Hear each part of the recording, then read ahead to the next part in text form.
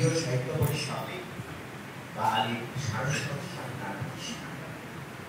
এই প্রতিষ্ঠানটি তার ১৩৩তম প্রতিষ্ঠা বার্ষিকীতে আমার আভূমি প্রণতি নিবেদন করি। ভারতবর্ষের স্বাধীনতা আন্দোলনে জাতীয়তাবাদী চেতনার উন্মেষে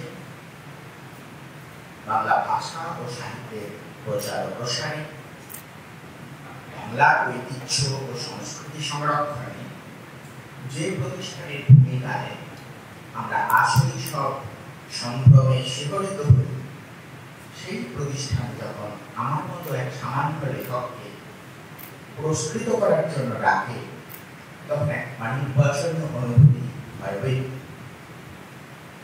আমি তন্ত্রমন্ত্র লিখি না, বিভৎস রস লিখি না, অতিরঞ্জন লিখি না, অশ্লীলতা লিখি না, তবু পাঠক আমার লেখা ভালোবাসে।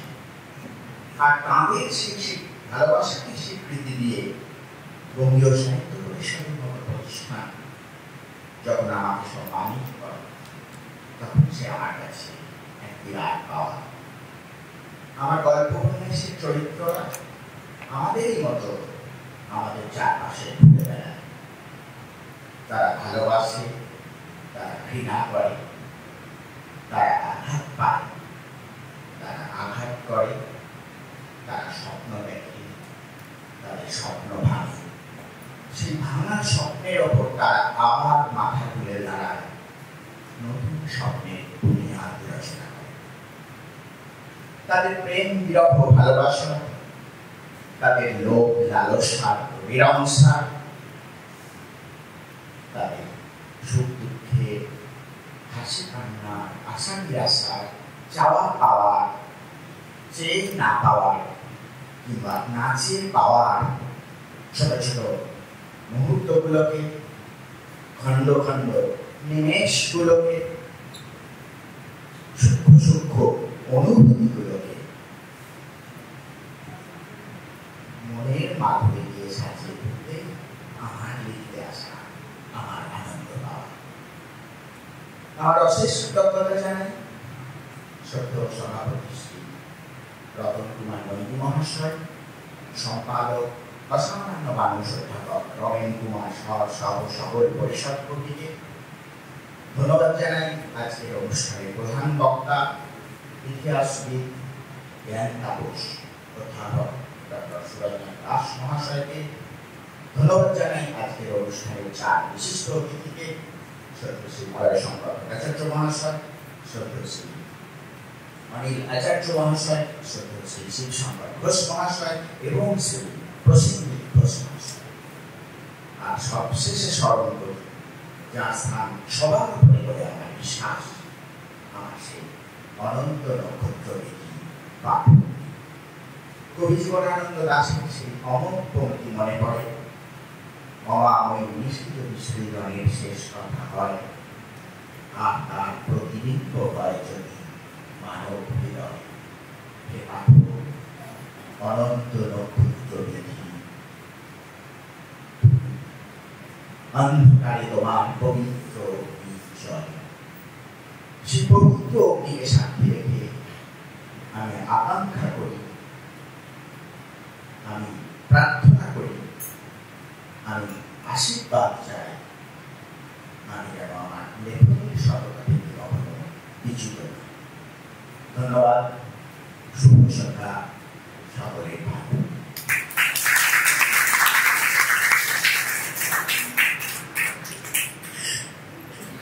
ধন্যবাদ শ্রী রজত শুভ্র মজুমদারকে। এবার গত বছর প্রতিষ্ঠা দিবসের পর থেকে বিগত এক বছরে পরিষদ গ্রন্থাগারে উপহার হিসেবে যেসব গ্রন্থ ও পত্রপত্রিকা গ্রহণ করা হয়েছে তার তালিকা পাঠ করবেন পরিষদ গ্রন্থাগারে শ্রীমতী ঝুমা রায়।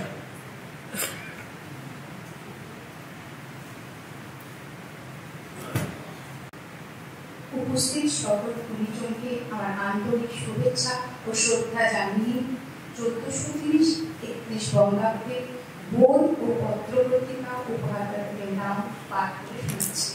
যে সকল ব্যক্তি উপহার দিয়েছেন তারা হলেন অঙ্কন দত্ত, অজিত মণ্ডল, অনিতা অধিকারী, অনিশ দাস, অনুপ কুমার সাঁতরা, অনুপ মতিলাল, অপরাজিতা বন্দ্যোপাধ্যায়, অভিজিৎ ঘোষ, অভিজিৎ পানিগ্রাহী, অমরনাথ করণ, অমরেন্দু ব্যানার্জি, অমরেন্দু ভট্টাচার্য, অরিন্দম চট্টোপাধ্যায়, অরুণচাঁদ দত্ত, অরবিন্দ পুরকায়, অশোক পাল, অসিত ভট্টাচার্য, অসিতাভ দাস, অসীম কুমার জানা, আব্দুল রশিদ হাঞ্জুরা, আশিস সিনহা, ইমাদুল হক নূর, এম জুলফিকার, এরশাদ বসু, কাঞ্চন কুমার সরকার, কল্যাণ কুমার মুখোপাধ্যায়, কুশল চৌধুরী, কৃষ্ণেন্দু দাস, গোপালচন্দ্র দাস, গোবিন্দ মোদক, গদাধর দে,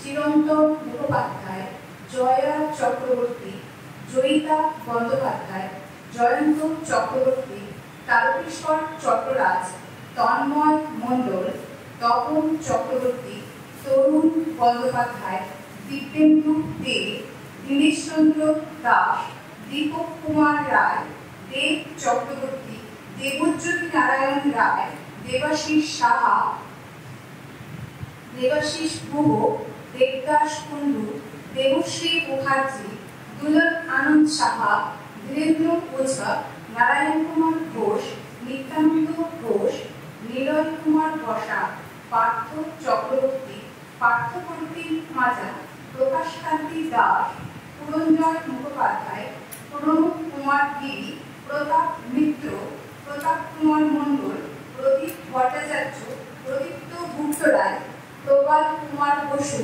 বর্ণালী হাজরা, বাসুদেব মণ্ডল, বাসব চক্রবর্তী, বিচিত্রা মজুমদার, বিজলী সরকার, বিদ্যুৎ ভট্টাচার্য, বিপ্লব বন্দ্যোপাধ্যায়, বিশ্বনাথ দে, বন্দনা ভট্টাচার্য, মদন গোপাল মুখোপাধ্যায়, মিঠু বড়ুইবর, মনিকা সেনগুপ্ত, মল্লিকা দাশগুপ্ত, মলয় মুখোপাধ্যায়, মলয়েন্দু তিন্দা, মহুমা দে, মৃণাল চ্যাটার্জি, রজত কিশোর দে, রণজয় মালাকার, রতন কুমার নন্দী, রমাপ্রসাদ দে, রঙ্গনকান্তি জানা, রুচিকা গুপ্ত, রাজন গঙ্গোপাধ্যায়, রামকৃষ্ণ বড়াল, রামকৃষ্ণ সাহা, রেজমান মল্লিক, রেশমি মিত্র, দীপিকা ঘোষ, শক্তিসাধন মুখোপাধ্যায়, শুক্তিশিকা ভট্টাচার্য, শঙ্কর ঘোষ, শঙ্কর প্রসাদ নস্কর, শিপ্রা রায়, শিবরাম দে, শেখ ফিরোজ হোসেন, শৈবাল কুমার গুহ, শ্যামাপদ মণ্ডল, শ্যামল সেনগুপ্ত, শুভঙ্কর দাস, শুভেন্দু চট্টোপাধ্যায়, শুভেন্দু সেনগুপ্ত, শম্ভুনাথ মল্লিক, শশাঙ্ক শেখর ভৌমিক, সংহিতা চক্রবর্তী, সন্তোষ কুমার বিশ্বাস, সপ্তাহী বন্দ্যোপাধ্যায়, সর্বাণী চক্রবর্তী, শরীর হালদার, সমীর কুমার আচার্য, স্বপন কুমার দাস, স্বপ্ননীল সরকার, সুকুমার মুখোপাধ্যায়, সুকুমার মাইতি, সুজাত ভদ্র, সুধাংশু শেখর মুখোপাধ্যায়, সুবিমল মিশ্র, সুভাষচন্দ্র মণ্ডল, সুলেখা রে, সুমন পাল, সুমিত বরুড়া, সুনীত চক্রবর্তী, সুশীল কুমার বর্মন, সুস্মিতা বণিক, সৃজন দে সরকার, সোনালী দেবনাথ, সৌন্দর্য চ্যাটার্জি, সোমনাথ বন্দ্যোপাধ্যায়, সৌম্য মাইতি, সৌরভ দত্তগুপ্ত, হিমাংশু পাল।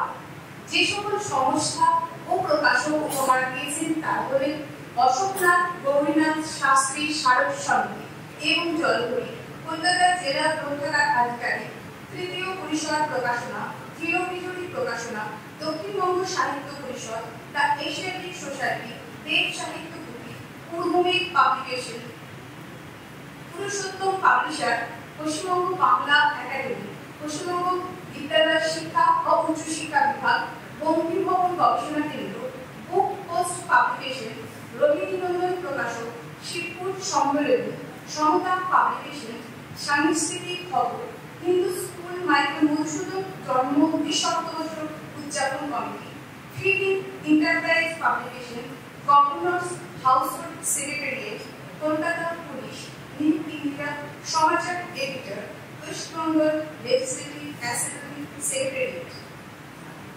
পরিষদের পক্ষ থেকে পরিষদ গ্রন্থাগারে গ্রন্থাদি উপহার প্রদানের সঙ্গে সংশ্লিষ্ট সকল উপহারদাতাকে ধন্যবাদ জানাই। ভরসা রাখি বাংলা ভাষা, সাহিত্য ও সংস্কৃতি অনুরাগী সকল ব্যক্তি, প্রকাশক ও সংস্থা পরিষদ গ্রন্থাগারকে উত্তরোত্তর সমৃদ্ধ করে তুলতে আমাদের এইভাবে সাহায্য করবেন। নমস্কার।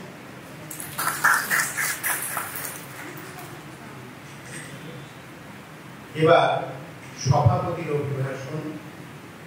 সভাপতি শ্রী রতন কুমার নন্দী।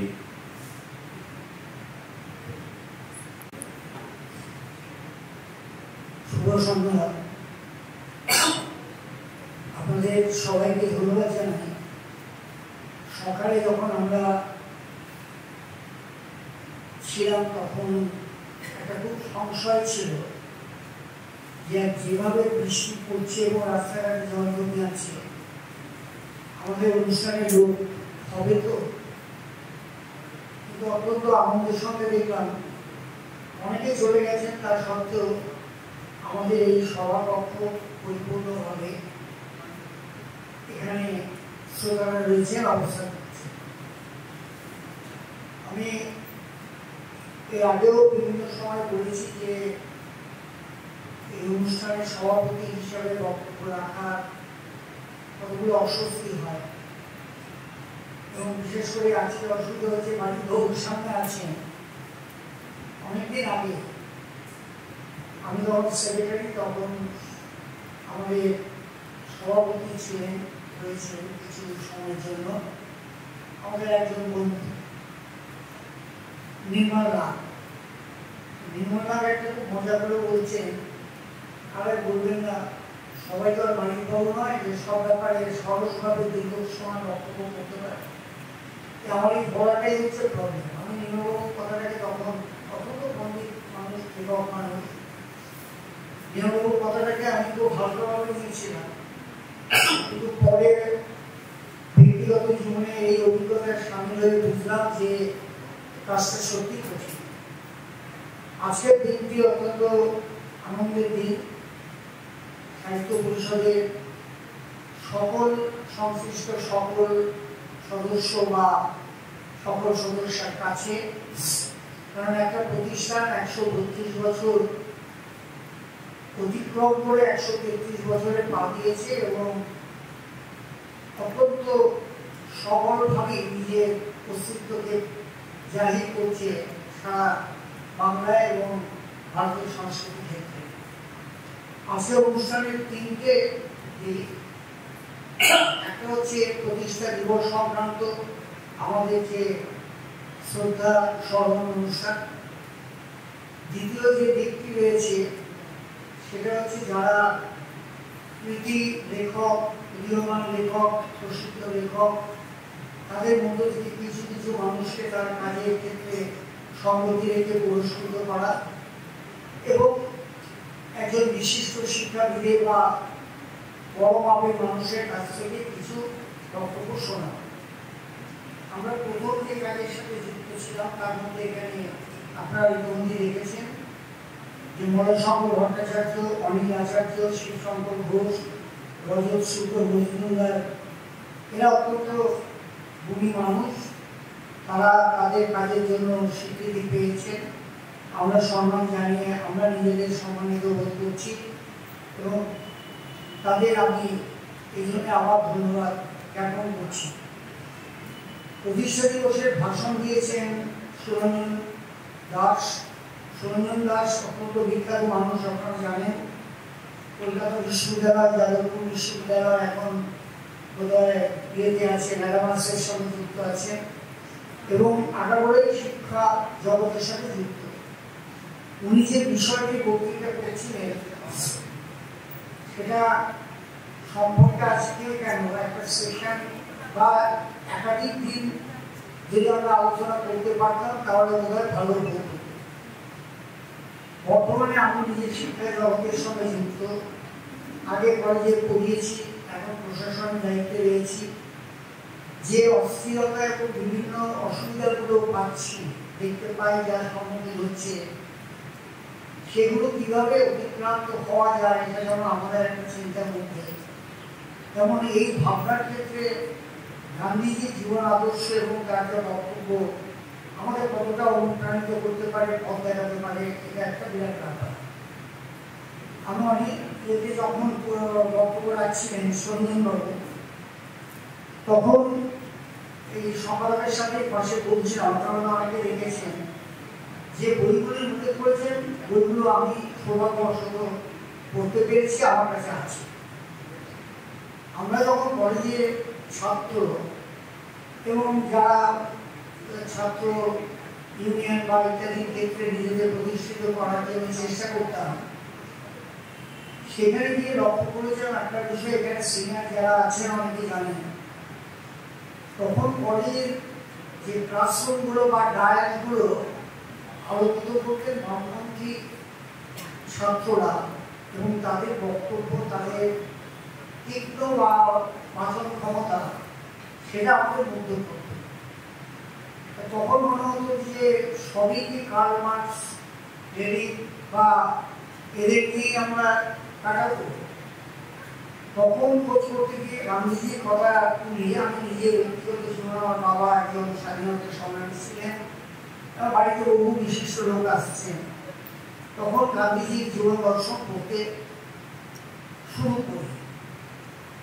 যারা এখন এখানে অধিকাংশ বয়স্ক, অল্প বয়স যারা আছে বুঝবেন যে গান্ধীজির সেই বক্তব্যগুলো, যে একটা গাল এই চরমালে আরেকটা গাল পেতে দাও, এটা 16, 17, 18 বছরের যুবকদের কাছে খুব একটা গ্রহণযোগ্য মনে হতো না। তার অহিংস নীতি এবং সহাবস্থানের নীতি, এটাও সবসময় কিন্তু গ্রহণযোগ্য মনে হতো না। আবার ওই সময় যখন পরীক্ষা দিতে হতো সরকারি পরীক্ষায়, তখন গান্ধীজি প্রসঙ্গগুলো একটা চ্যাপ্টারে থাকত, সবই পড়তে হয়েছে। পড়তে গিয়ে বুনিয়াদী শিক্ষা ব্যবস্থা, নৈতিক তালিম এবং গান্ধীজির অন্যান্য স্বাস্থ্য সম্পর্কিত ছাত্রদের যে শিক্ষাগুলো, এগুলো কিন্তু আমাকে আকর্ষণ করেছিল এবং অনেকেই। তারপর করেছি এবং সময় পাল্টে গেছে, এখন কলেজের পরিসর, পরিবেশ পাল্টে গেছে। কিন্তু ঘটনা হচ্ছে যে পাল্টে গেলেও কিন্তু গান্ধীজির সেই নীতি আদর্শ নিয়ে, যেটা একটা সময় মার্ক্সবাদের বিরুদ্ধে গান্ধীবাদ কতটা বাড়াতে পারে, আসলে মার্ক্সের পাশে রেখে গান্ধীকে বিচার করা যায় কিনা সম্বন্ধে আমার মনের মধ্যে সংশয় আছে। আমি কয়েকটা জিনিস দেখাচ্ছি বলছি। একটা কথা হঠাৎ মনে পড়ল, গান্ধীজি যেটা সুরঞ্জনবাবু বলেছেন, গান্ধীজি বলতেন, মনে করতেন প্রত্যেক ছাত্রকে অল্প বয়সে বুনিয়াদী শিক্ষা ব্যবস্থা গ্রহণ করতে হবে এবং সেটা স্কুলে থেকে শিক্ষকদের পাশে থেকে সেই শিক্ষাটা করতে। তার থেকে যে কাজকর্ম করার সময় তখন তাকে একটা ওয়ার্ক এডুকেশন, একটা বৃত্তিমূলক শিক্ষায় তাকে শিক্ষিত করতে হবে। এই বৃত্তিমূলক শিক্ষা থেকে যে আয়টা হবে, সে আয়টা জমা হবে কিন্তু তার শিক্ষা খাতে, এবং সেইখান থেকে শিক্ষকরা তার সাথে সারাক্ষণ অবস্থান করছেন বলে বুঝতে পারবেন কার পক্ষে কার কোথায় যাওয়া সম্ভব।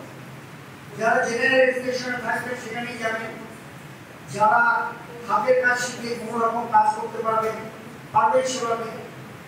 আমাদের দেশে যে সবুজ প্রণালী এগুলো কিন্তু কখনো ভালো ছিল না। গান্ধীজি ছাত্রদের উদ্দেশ্যে যেটা বলছেন, লিখছেন যে কোনো জায়গায় যত্রতত্র নোংরা না করে একটা জায়গা অন্তত 1 ফুট 1.5 ফুট গর্ত করে সেখানে তুমি মত ত্যাগ করো, 2 একদিন বাদে সেটাকে ঢেকে দাও মাটি দিয়ে, এটা 2 মাস পরে দেখা যাবে এটা কিন্তু একটা সার তৈরি হবে। একটা দুটো না, এটা অসংখ্য উদাহরণ। মানে আমি সুরঞ্জনবাবু যতটা সময় বলেছেন তার চেয়ে বেশি সময় হয়তো বলতে পারি। আরেকটা বিষয় হচ্ছে, গান্ধীজি সেই কথাটা আমরা ছোটবেলায় খুব ভালো বুঝিয়ে নিই, যেটাকে লক্ষ্য এবং উপায়। যে কোনো উপায়ে উদ্দেশ্য সিদ্ধি করলে হবে না, কোন মাধ্যমে কি পথে কি আমি আমার লক্ষ্যে পৌঁছচ্ছি সেটাকে কিন্তু মানতেই হবে। এখন আমরা যদি তাকে প্রত্যেকটা ক্ষেত্রে আমরা অন্য ব্যাপার হচ্ছে আমরা যে কোনো উপায়ে নম্বরটা পেতে চাইছি, যে কোনো উপায়ে জীবনের প্রতিষ্ঠা চাইছি, জ্ঞান চর্চা হোক বা না হোক, অন্য বিষয়ে আমরা এগোতে চাইছি। ফলে একটা সংকট আছে, সেই সংকটের সময় আমাদের বিশেষ করে যেটা এনইপি নিউ এডুকেশন পলিসি যখন বিরাট করতে ধৈর্য কুলায় না, সেটা করলে দেখা যাবে যে সেখানে অনেকগুলো ভাবনা চিন্তা আছে, বিতর্ক আছে। আমরা কিন্তু সেখানে যারা শিক্ষা সংক্রান্ত যুক্ত তারা কিন্তু সঠিক পথ খুঁজে বের করতে পারছে না। গভর্নমেন্ট অর্ডার দিচ্ছে, না দিলে মুশকিল হবে। ফলে 4 বছরের শিক্ষাবর্ষ চালু হচ্ছে এবং কলেজগুলোতে যে দুর্দিনটা আসছে, এটা আমাকে কালকে বাঁকুড়া থেকে আমার এক ছাত্র ফোন করেছিল, অধ্যাপক বলল স্যার ছাত্র ফার্স্ট ইয়ারে আছে, প্রথম সেমিস্টারে থাকে, কারণ বিভিন্ন রকম বৃত্তি পাওয়া যায়। আজকাল তো রেজাল্টে নম্বর ছাত্র পেতে হয় না, সম্পূর্ণ ছাত্রকে দিয়ে দেওয়া হয়। ফলে নানা রকম স্কলারশিপ আছে।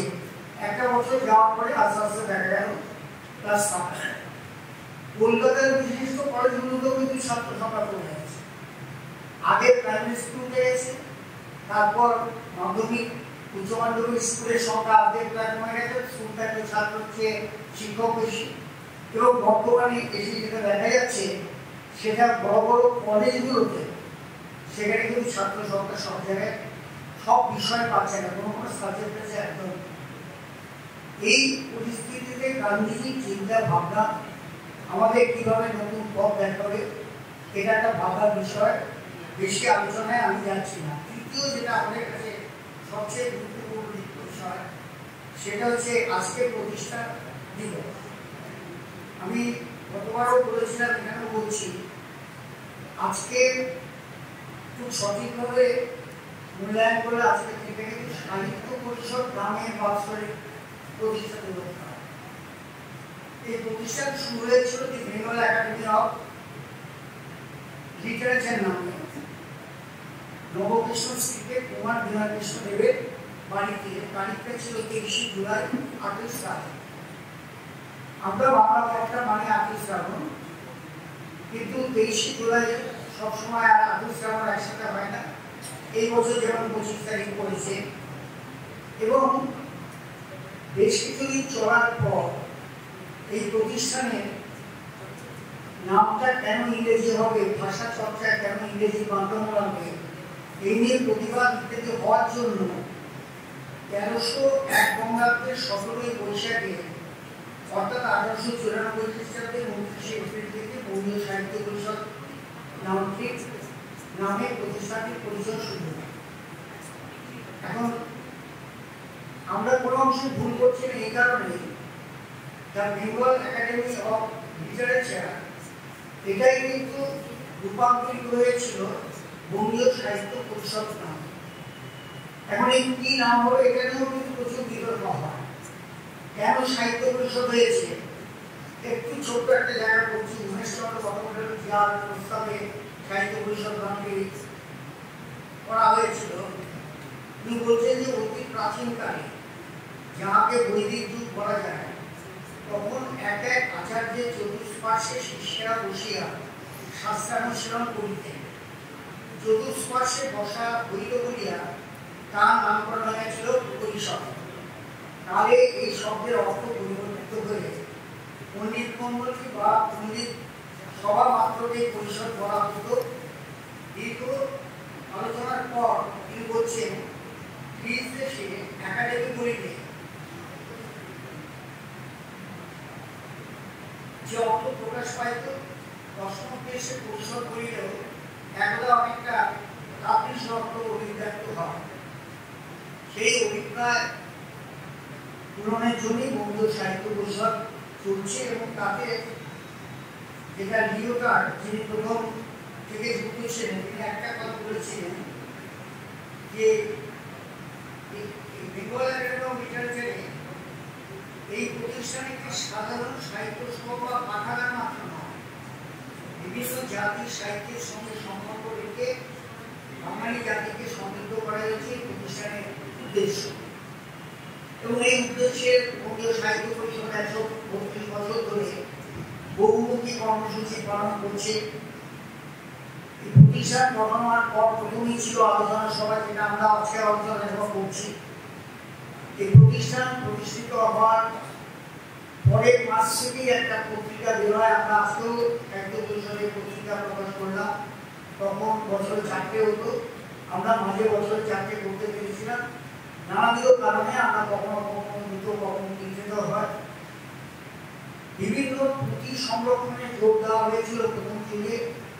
আমাদের পুঁথি ভাণ্ডার অত্যন্ত সমৃদ্ধ এবং আমরা সেটাকে পুঁথি রক্ষার ব্যবস্থা এবং পুঁথিগুলির চর্চা বা পঠন পাঠনের জন্য আমরা ব্যবস্থা করেছি।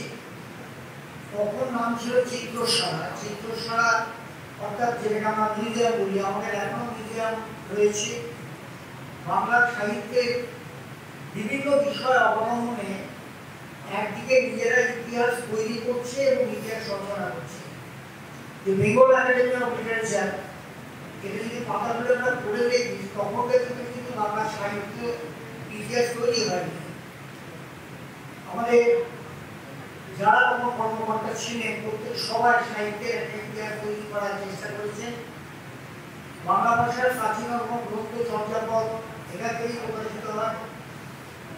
আমরা মধ্যযুগের আদি মধ্যযুগের বাংলা সাহিত্যের যে প্রাচীনতম পুঁথি সেটাও আমাদের এখানেই আছে এবং বসন্তরঞ্জন রায়ের আবিষ্কৃত সেই পুঁথি আমাদের একটা অমূল্য সম্পদ। এইভাবে নানাবিধ কাজকর্মের মধ্য দিয়ে আছে। আর তাছাড়া গ্রন্থশালা, যেটা গ্রন্থাগার বলি, সেটাও এখানে রয়েছে। আমি আর বক্তব্য দীর্ঘায়িত করবো না, 2টো প্রতিষ্ঠানকারী আপনাদের কাছে বলবো। 1317 বঙ্গাব্দের 17ই ভাদ্র রামেন্দ্রসুন্দর ত্রিবেদী গভীর বিষাদ নিয়ে রবীন্দ্রনাথকে চিঠিতে লিখছেন। একটা জিনিস মনে রাখবে, সাহিত্য পরিষদ প্রতিষ্ঠার পর থেকে এক্সট্রা হয়েছে, নরেন্দ্রবাবু জানেন, আরো বহুবার আমাকে এই ব্যাপারে সম্পৃক্ত করেছেন। সাহিত্য পরিষদের বড়ই প্রথম থেকে আছে এবং এর থেকে ভয় করার কোনো ব্যাপার নেই। সে রবীন্দ্রনাথ দেবের সাথে রবীন্দ্রনাথের ফ্যামিলিও হয়েছে এবং পরবর্তীকালও হয়েছে। রামেন্দ্রসুন্দর রবীন্দ্রনাথকে লিখছেন, সাহিত্য পরিষদের যতদিন পাকা বাড়ি ও অর্থ সামগ্রী ছিল না ততদিন কাজ করিবার লোক ছিল না। নিষ্করুণভাবে অপরের অর্থ গ্রহণ করিয়া জিনিসের যেই মাথা তুলিয়া উঠিয়াছে উনি এত আগ্রহ এবং উৎসাহের সহিত কর্মকর্তা জুটিতেছেন যে বুঝি তাহাদের রেশারেশিতেই পরিষদ ভাঙিয়া পড়ে। জীবদ্দশাতে রবীন্দ্রনাথের পরিষদের সমাধি দেখে যাই হোক কিনা উত্তরটার বিষয় হয়েছে। 115 বছর আগেকার ঘটনা। রবীন্দ্রনাথ উত্তরে লিখেছিলেন, একটা ছোট্ট একটি অংশ বলছি, সাহিত্য পরিষদ ক্রমশ এমন লোকের দ্বারা আবিষ্ট অভিভূত হয়ে পড়ছে যারা খুব ভালো লোক, বুদ্ধিমান লোক, প্রীতি এবং সামর্থ্যশালী এবং তারা শত্রুভাবে সারস্বত নন। এতে করেই পরিষদের সার্থকতার লাঘব হয়ে আসছে। সুতরাং নিত্য তার গভীরতম মূলে আঘাত করছে। এটা নিয়েও রবীন্দ্রনাথ অত্যন্ত আশাবাদী বক্তব্য রেখেছেন। আরো বছর 20 বাদে 1338 একটি বার্তায়, সেটা সাহিত্য পরিষদের প্রতিষ্ঠা দিবস উপলক্ষে রবীন্দ্রনাথ লিখছেন, বঙ্গীয় সাহিত্য পরিষদের প্রথম সূচনাকালে তাহাকে দেখিয়াছি। তখন নবনিষ্কৃত নির্ঝরের মতো সে ছিল ক্ষীণধারা। বনস্পতির প্রসাদ ছায়ায় তাহার প্রভাব বহিত। অবশেষে একদা পূর্ণতা লাভ করিয়া নিজের ঐশ্বর্যে যখন সে প্রতিষ্ঠিত হইল তখন তাহাকে দেখলাম। কিন্তু সেদিনও মনের মধ্যে আশঙ্কা ছিল, কেননা বাংলাদেশের পল্লীমাটিতে যেমন কোনো কীর্তিমন্দির স্থায়ী হয় না, তেমনি মিলনী শক্তির অভাবে আমাদের দেশে কোনো জনসংসদ পাকা হইয়া টিকতে পারে না। রন্ধ্রে রন্ধ্রে দলবিরোধের দুর্বার বীজ তার ভিত্তিতে গ্রন্থি বিজাতনকারী বিনাশকে পরিপুষ্ট প্রসারিত করিতে থাকে। বোধ করি একমাত্র বঙ্গীয় সাহিত্য পরিষদের ভাগ্যে এইরূপ দুর্যোগ ঘটে না। এ পর্যন্ত যারা তাকে রক্ষা করে আসিয়াছেন তারা শক্তিশালী পুরুষ, তথাপি তাদের নিজের শক্তি ইহাকে সন্ধিভেদকে রক্ষা করতে পারিত না। সম্ভব হচ্ছে পাঠক এবং শহীদবর্গের সহযোগিতায় আজকে এই 133তম প্রতিষ্ঠা দিবসে আমি আপনাদের কাছে আবার প্রার্থনা করব যে রবীন্দ্রনাথের যে আশঙ্কা করেছিলেন সেটা যখন সেই আশঙ্কা পরবর্তী হয়নি, সাহিত্য পরিষদ তারপরেও 100 বছর টিকে আছে, এই আরো 100 বছর করবে, 1000 বছরের পদার্পণ করবে, এই বলেই আপনাদের কাছে তুলে নিয়েছি।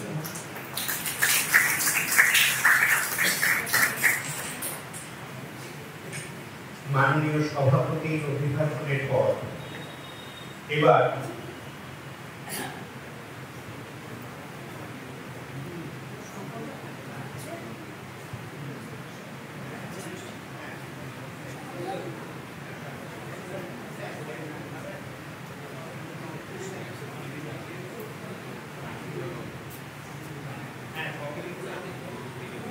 আচ্ছা, আমরা এবার সমাপ্তি সঙ্গীত দিকে যাব। সমাপ্তি সঙ্গীত পরিবেশন করবেন শ্রীমতী শ্রাবণী ভট্টাচার্য। তাকে তবলায় সহযোগিতা করবেন শ্রী আদিত্য চক্রবর্তী। আমি একটু হরিদাকে বলছি স্টেজটা একটু করে দিতে, আর তুমি একটু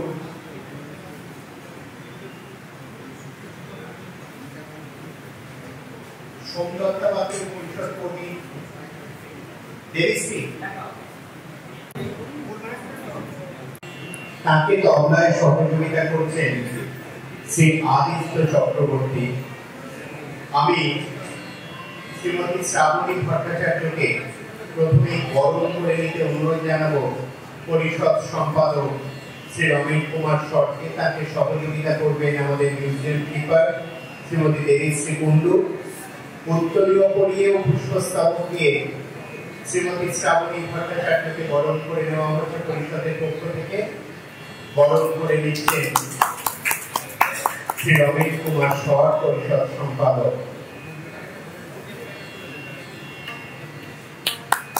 এবার তাকে যিনি তবলায় সঙ্গত করবেন শ্রী আদিত্য চক্রবর্তী, তাকে বরণ করে নেওয়ার পালা। বরণ করে নেবেন শ্রী রমেশ কুমার শর্ট, সহযোগিতা করছেন দেবশ্রী কুণ্ডু। উত্তরীয় পরিয়ে এবং পুষ্পস্তবক দিয়ে শ্রী আদিত্য চক্রবর্তীকে বরণ করে নেওয়া হচ্ছে।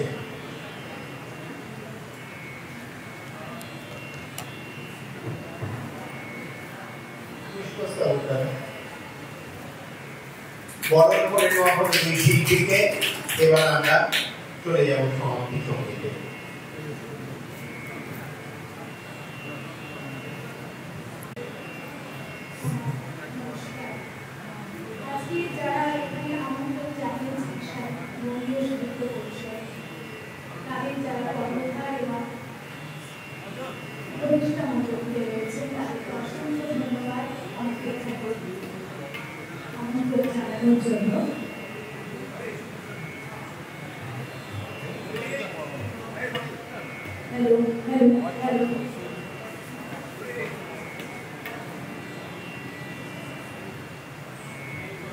ওই পাখার কি দেখলে দেখাচ্ছে এত সুন্দর পরিবেশে আমি আমার সঙ্গীত নিবেদন করতে পারবো, এটা খুব ভালো লাগছে। অত্যন্ত যোগ্য সবাইকে প্রণাম জানিয়ে আমি আমার অনুষ্ঠানে শুরু করছি। প্রথমে যে গানটি গাইব সেটি ঋক বেদের মন্ত্র, যেখান থেকে পরবর্তীকালে কবি রবীন্দ্রনাথ নিজে মনন করে রচনা করেছিলেন।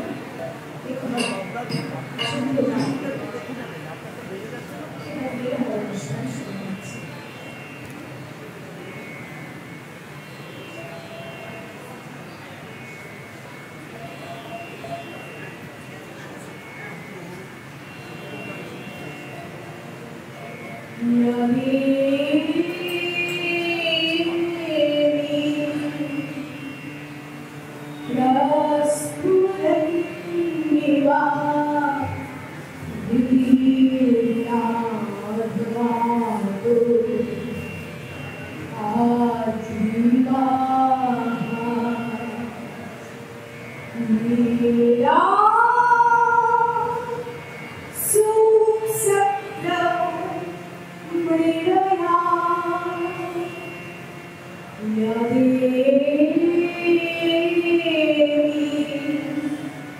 Thank you.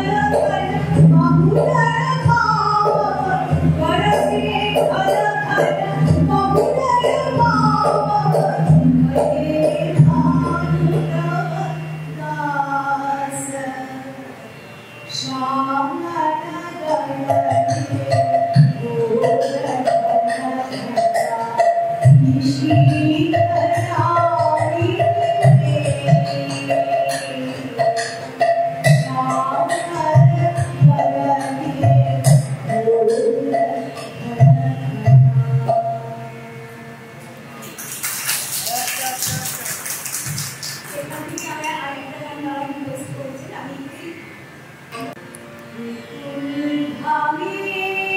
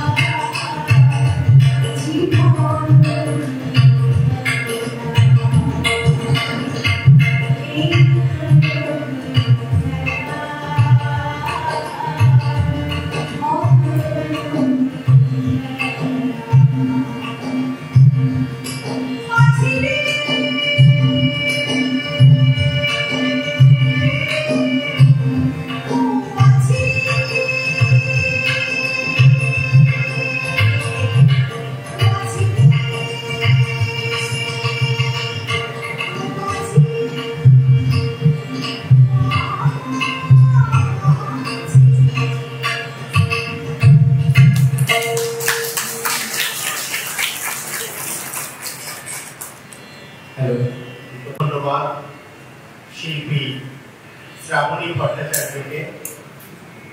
প্রতিটা অনুষ্ঠানেরই কিছু আনুষ্ঠানিকতা থাকে, সেরকমই একটি আনুষ্ঠানিকতা হচ্ছে ধন্যবাদ জ্ঞাপন। এবার ধন্যবাদ জ্ঞাপনের পালা। ধন্যবাদ জ্ঞাপনের জন্য আহ্বান জানাই বঙ্গীয় সাহিত্য পরিষদের মাননীয় সহ সম্পাদক শ্রী অলোক দাসকে। নমস্কার। দীর্ঘক্ষণ ধরে সভা হচ্ছে, অন্যান্য সভার তুলনায় আজকের এই অনুষ্ঠান আমাদের কাছে আমাদের সারস্বত মানুষের কাছে অত্যন্ত গর্বের। এতক্ষণ আপনারা শতাব্দী প্রাচীন বঙ্গীয় সাহিত্য পরিষদ তার বার্ষিক আমাদের প্রতিষ্ঠা দিবসের যে অনুষ্ঠান, সেই অনুষ্ঠানে আপনারা শুনছিলেন। দেখতে দেখতে আমাদের এই প্রতিষ্ঠানের 133 বছরে পদার্পণ করেছে। সেই ঐতিহ্যমণ্ডিত প্রতিষ্ঠানের প্রতিষ্ঠা দিবসের অনুষ্ঠানে আপনারা উপস্থিত থেকে অনুষ্ঠানটাকে সাফল্যমণ্ডিত করলেন। সেই জন্য আমাদের বঙ্গীয় সাহিত্য পরিষদের পক্ষ থেকে আপনাদের সকলকে কৃতজ্ঞতা এবং ধন্যবাদ জানাই। আমরা একে একে আমাদের এই অনুষ্ঠানটিকে যারা সাফল্যমণ্ডিত করেছেন তাদের অক্লান্ত পরিশ্রম দিয়ে অধ্যবসায়কে তাদের সকলকে আমরা এই সুযোগে কৃতজ্ঞতা এবং ধন্যবাদ জানাচ্ছি। আমাদের পরিষদের সর্বস্তরের কর্মী যারা অক্লান্ত পরিশ্রম করছেন কদিন ধরে এই অনুষ্ঠানটাকে সাফল্যমণ্ডিত করবার জন্য, তাদের সকলকে সাহিত্য পরিষদের কার্যনির্বাহক সমিতি এবং আমাদের প্রত্যেকে আজকের উপস্থিত সকলের পক্ষ থেকে তাদের আমরা ধন্যবাদ জানাই। আমরা ধন্যবাদ জানাই আমাদের সাহিত্য পরিষদ কার্যনির্বাহক সমিতির অন্যতম সহসভাপতি মাননীয় শ্রী শঙ্করনাথ মহাশয়কে। তিনি খুব অসাধারণ একটি উদ্বোধনী সঙ্গীত পরিবেশন করে আমাদের এই অনুষ্ঠানের সমাবর্তন করেছেন। তাকে আমরা পরিষদের পক্ষ থেকে আন্তরিক অভিনন্দন এবং ধন্যবাদ জানাই। যাদের উপস্থিতি ছাড়া এই অনুষ্ঠান কোনোভাবেই সাফল্যমণ্ডিত হতে পারত না। প্রাকৃতিক বিপর্যয়কে উপেক্ষা করে আপনারা এই অনুষ্ঠানটিকে সফল করবার জন্য আপনারা উপস্থিত হয়েছেন। আপনাদের সকলকে আমরা পরিষদের পক্ষ থেকে আন্তরিক অভিনন্দন এবং ধন্যবাদ জানাই। উদ্বোধনী সঙ্গীতের পর আজকে যিনি যার ভাষণ শুনবার জন্য আমরা অধীর আগ্রহে এখানে বসেছিলাম, মাননীয় শ্রী সুরঞ্জন দাস মহাশয়। তিনি ভারতবর্ষের উচ্চশিক্ষার গান্ধীজি চিন্তা ভাবনা প্রাসঙ্গিকতা নিয়ে তিনি অসাধারণ একটি মূল্যবান একটা বক্তব্য আমাদের সামনে পরিবেশন করেছেন। আমাদের এই বর্তমান যে দুর্যোগময় সময়ের মধ্যে আমাদের শিক্ষা ব্যবস্থাকে কোন পথে চালিত করা উচিত এবং আমাদের আমরা যারা শিক্ষা এবং বিদ্যা চর্চার সাথে আমরা যারা জড়িত তারা কোন পথে আমাদের সেই শিক্ষা ব্যবস্থাকে নিয়ে যাব, জাতির কাছে আমাদের আগামী প্রজন্মের কাছে আমাদের যে অঙ্গীকার, সেই অঙ্গীকারের কথা তিনি অসাধারণভাবে আমাদের সামনে উপস্থাপিত করেছেন। তার জন্য তাকে আমরা ধন্যবাদ জানাই। সাহিত্য পরিষদ প্রত্যেক বছরই আমাদের বেশ কিছু পুরস্কার আমরা দিয়ে থাকি। রাখাতার বন্দ্যোপাধ্যায় স্মৃতি পুরস্কার প্রাপক শ্রী মলয় শঙ্কর ভট্টাচার্য, ভূজেন্দ্রনাথ বন্দ্যোপাধ্যায় স্মৃতি পুরস্কার প্রাপক শ্রী অনিল আচার্য, অর্চনা চৌধুরী স্মৃতি পুরস্কার শ্রী শিবশঙ্কর ঘোষ, ইরাচন্দ্র স্মৃতি পুরস্কার শ্রী রতন শুক্ল মজুমদার। তারা সকলে উপস্থিত থেকে আমাদের এই বাঙালির যে অস্মিতা তাকে তারা সম্মান জানায়, আমরা সম্মানিত বোধ করছি এবং তারা উপস্থিত থেকে এই পুরস্কার গ্রহণ করবার জন্য তাদেরকে আমরা আন্তরিক অভিনন্দন এবং ধন্যবাদ জানাই। উপস্থিত ছিলেন আমাদের পরিষদের সভাপতি মাননীয় শ্রী রতন কুমার নন্দী।